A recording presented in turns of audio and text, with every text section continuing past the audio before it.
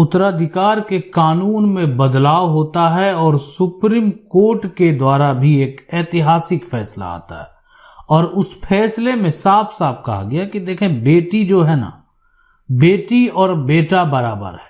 फैसला में साफ साफ स्पष्ट कर दिया कि अगर ऐसा होता है ना, यानी बेटियां जो है, बेटियां, उनको समानता के अधिकार से आप वंचित नहीं कर सकते।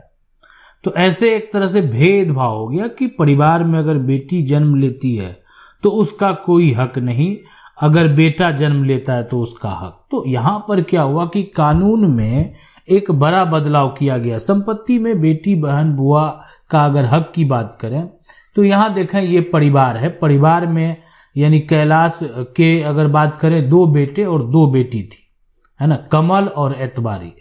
और बेटी जो है वो अंकिता है और शोभा है। कमल के यहाँ पर जो बच्चे हैं, एक यहाँ पर जो है चतुरी है और घुटर है। ये यहाँ पर जो है वो बेटा है और इनकी एक बेटी है। और यहाँ पर इनका 2 बेटा है, यानी एक तरह से एतबारी का जो है डोमी और जीतन जो है ये बेटा है और अंजू जो है यहाँ पर बेटी है। तो इसको 2 बेटा है, ठीक है, 2 बेटा 1 बेटी, और इसको यहाँ पर जो है 1 बेटा है और 1 बेटी है। और कैलाश को आप देखें, यहाँ पर 2 बेटा है और 2 बेटी है।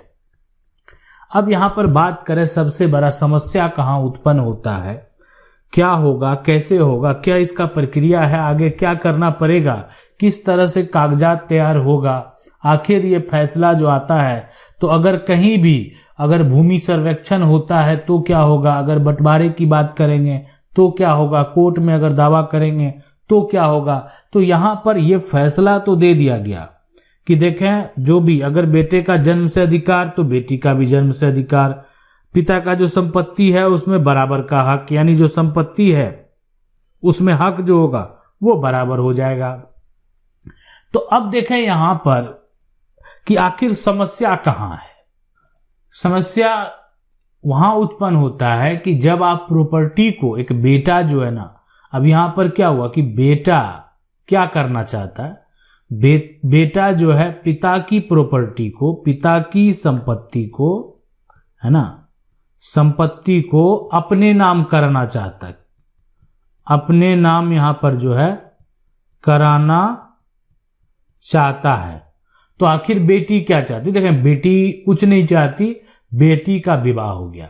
कैलाश के जो यहां पर 2 बेटी हैं, अंकिता, शोभा, जो कि इस बच्चे के आप कहें बुआ है, उनका विवाह हो गया, अंकिता शोभा का विवाह हो गया है। कमल, एतबारी, अंकिता और शोभा यहां पर अगर बात करें तो इनके दोनों भाई जो हैं वर्तमान में नहीं है। अंकिता भी नहीं है, एतबारी भी नहीं है, कमल भी नहीं है, शोभा अभी भी जीवित है। अभी वर्तमान में अब बंटवारे की बात आती है, दस्तावेज तैयार करने की बात आती है, और जब संपत्ति को देखा जाता है, संपत्ति को ढूंढा जाता है, तो सारा संपत्ति जो है, यानी जो जमीन का खतियान जिसको बोलते हैं, वो खतियान जो है वो यानी कैलाश के नाम से दर्ज है। अब इस खतियान के अनुसार जो है आज तक जमीन का जो लगान गया, जो राजस्व गया, वो कैलाश के नाम से ही गया, यानी आप कहें तो रसीद भी जो है यानी किसके नाम से है, कैलाश के नाम से है। अब बेटा जो है, यानी बेटा कौन है, चतुरी, और उसके बाद जो है यहां पर जो बात करें डोमी, जीतन, ये अब प्रॉपर्टी को चाहते हैं कि अब मेरा जो प्रॉपर्टी है वो हम लोगों का हो जाए। और यहां पर चतुरी ये चाहता है कि मेरे एक तरह से दादा की प्रॉपर्टी है, तो मेरे पिता के तो हम इकलौते बेटे हैं, मेरा 50% का हक है, और 50% में 50 आधा इसका होगा, आधा में अब ये 2 भाई है। एतबारी का जो प्रॉपर्टी है उसमें 2 भाई है। लेकिन यहां पर देखें कि ये सारा कुछ जो है चतुरी, डोमी और जीतन को कराना काफी मुश्किल है। इसलिए मुश्किल है कि ये वंशावली इस प्रकार से जब तैयार किया जाएगा तो इसमें ये स्पष्ट करना पड़ेगा कि किसकी मृत्यु हो चुकी है और कौन जीवित है। आपने वर्णन कर दिया, इनके आगे स्वर्गीय लगा दिया, ये नहीं है। यानी देखें, जानकारी तो आप सही ही देंगे, यानी कल को अगर आप गलत जानकारी दे देते, आपके मन में ऐसा आता होगा कि ऐसा करेंगे, गलत जानकारी दे देंगे, गलत जानकारी दे देंगे और कोई अगल बगल का लोग जो आपको जानता, वो देखा ये गलत वंशावली बनाया है, इंफॉर्मेशन गलत दिया है, तो हो सकता है आपके ऊपर जो है ऑब्जेक्शन लगाकर, आपके ऊपर आवेदन देकर आपको आपके ऊपर जो कार्रवाई किया जा सकता है। तो इसलिए ये करना तो सरासर गलत है, यानी एक प्रकार का फर्जीवाड़ा है।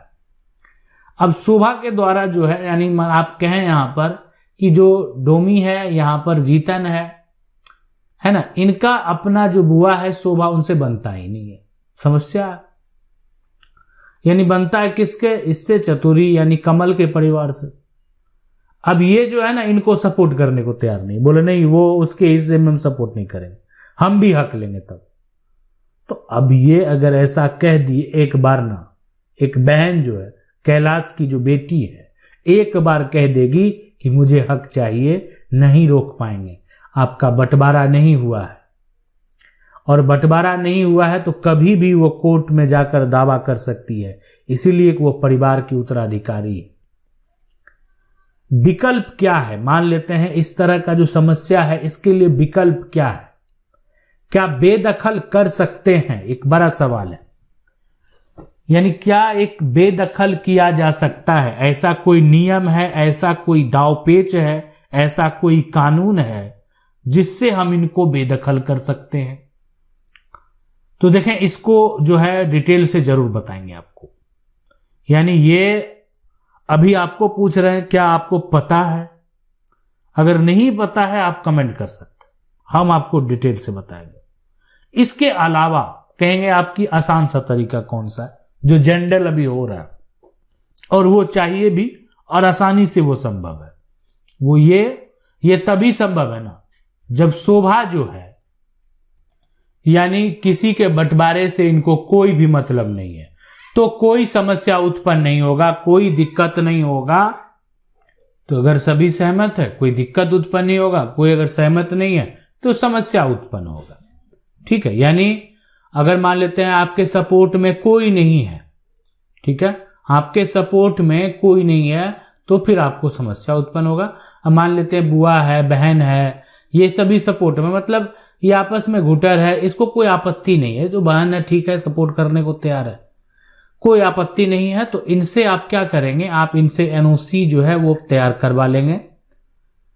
आप अगर एनओसी कैसे तैयार करना है ये आप जाकर जो है देख सकते हैं, प्लेलिस्ट में आपको देखने को मिलेगा, और इसका जो हम कहेंगे तो और बेहतर तरीका आपको बताएंगे कि आखिर क्या क्या करना है ना। ये आपको पहले भी बताए हैं और आगे भी इसको जरूर बताएंगे कि आखिर एनओसी कैसे आपको तैयार करा लेना है, ताकि कोई दिक्कत नहीं हो। अगर भूमि का सर्वेक्षण भी होता है, भूमि सर्वे भी होता है, तो चतुरी, डोमी और जीतन जो है वो अपने नाम पर सर्वे करा लेगा, भविष्य में किसी प्रकार का कोई समस्या उत्पन्न नहीं होगा। आशा करते हैं वीडियो अच्छा लगा होगा। वीडियो को लाइक जरूर कर दें, चैनल को पहली बार देख रहे हैं सब्सक्राइब करके जो बेल आइकन है उसको जरूर दबा लें। मिलते हैं अगले वीडियो में, तब तक के लिए जय हिंद।